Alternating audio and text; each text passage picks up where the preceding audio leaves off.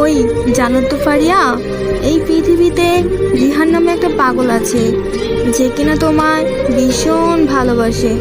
তুমি কি বুঝতে পারো এই পাগলটার ভালোবাসা? ওই জানো তো ফারিয়া, এই পৃথিবীতে রিহান নামে একটা পাগল আছে যে কিনা তোমায় ভীষণ ভালোবাসে। তুমি কি বুঝতে পারো এই পাগলটার ভালোবাসা?